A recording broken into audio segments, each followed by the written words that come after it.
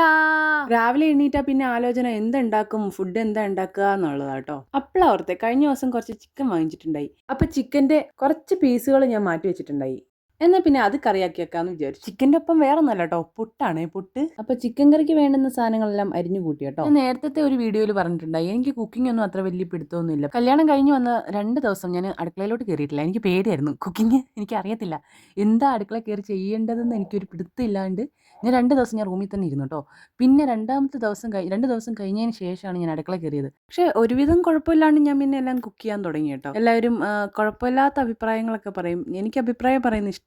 ഇതാ പറയുന്നത്, ആദ്യമൊക്കെ ഇച്ചിരി പാടായിരിക്കും, പിന്നെ അത് ശീലമായിക്കോളും എന്ന് പറയുന്നത്. എൻ്റെ കാര്യം ഈ പറഞ്ഞ പോലെ ആയിരുന്നേ, പിന്നെ അങ്ങോട്ട് ശീലമായി. പിന്നെ ഇവിടെ അമ്മയാണെങ്കിലും ഹസ്ബൻഡ് ആണെങ്കിലും നെഗറ്റീവ് പറയത്തില്ല കേട്ടോ. എന്തുണ്ടാക്കി കൊടുത്താലും അവർക്ക് ഒരു കുഴപ്പമില്ല, അവർ കഴിച്ചോളും. അത് തന്നെ എൻ്റെ ഏറ്റവും വലിയൊരു ഭാഗ്യമല്ലേ.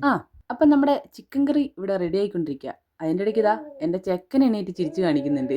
പിന്നെ കുറച്ചു നേരം അവൻ്റെ അടുത്തും പോയിരുന്നു. എൻ്റെ രാവിലെകൾ ഇങ്ങനെയൊക്കെയാ കേട്ടോ. അപ്പം നമ്മുടെ ചിക്കൻ കറി ഇവിടെ തിളക്കുന്നുണ്ടേ. അപ്പം ഞാൻ ഉണ്ടാക്കിയ എൻ്റെ ചിക്കൻ കറി ഞാൻ തന്നെ ടേസ്റ്റ് ചെയ്ത് നോക്കാം അല്ലേ.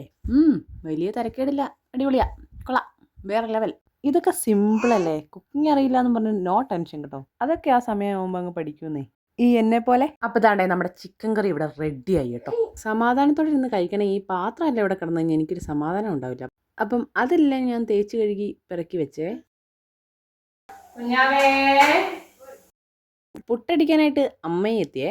ഇനി അധികം നേരം നിൽക്കാൻ സമയമില്ല കേട്ടോ. ചെക്കനും കച്ചറ തുടങ്ങി. എനിക്ക് വിശന്ന് കഴിഞ്ഞാൽ പിന്നെ പിടിച്ചിരിക്കാൻ പറ്റത്തില്ല കേട്ടോ. അപ്പോൾ പുട്ടും ചിക്കനും ചായയും ബൈ ദ ബൈ.